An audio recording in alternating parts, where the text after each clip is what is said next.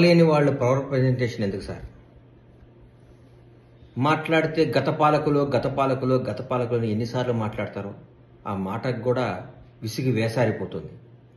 గత 10 సంవత్సరాల నుంచి మేము ఏం చేసాం చెప్పండి.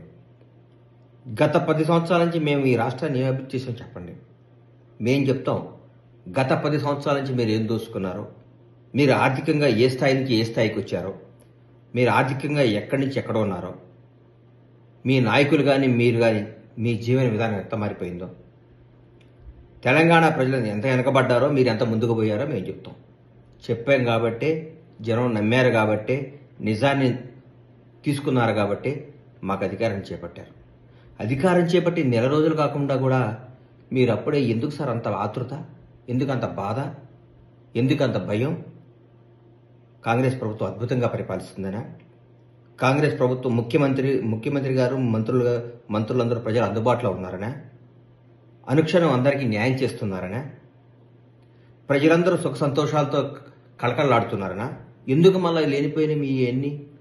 ఆగండి, వెయిట్ చేయండి, టైం ఇవ్వండి, అద్భుతంగా చేస్తాం. 20 గంటల పనిచేసే ప్రభుత్వం వచ్చింది రోజుకి.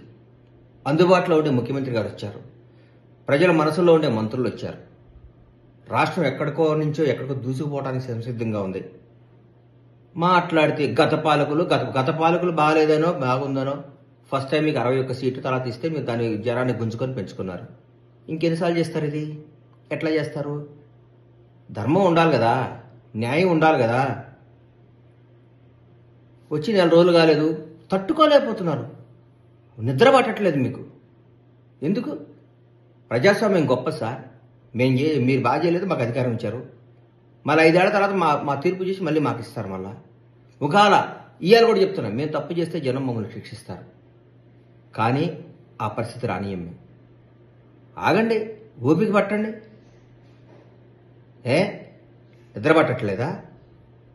భయంగా ఉందా మేము చేసిన తప్పులు బయటకొస్తాయని? ప్రజాస్వామ్యం గొప్పది, ప్రజలు గొప్పవాళ్ళు, న్యాయం గొప్పది, న్యాయ వ్యవస్థ గొప్పది, అందరూ గొప్పవాళ్లే.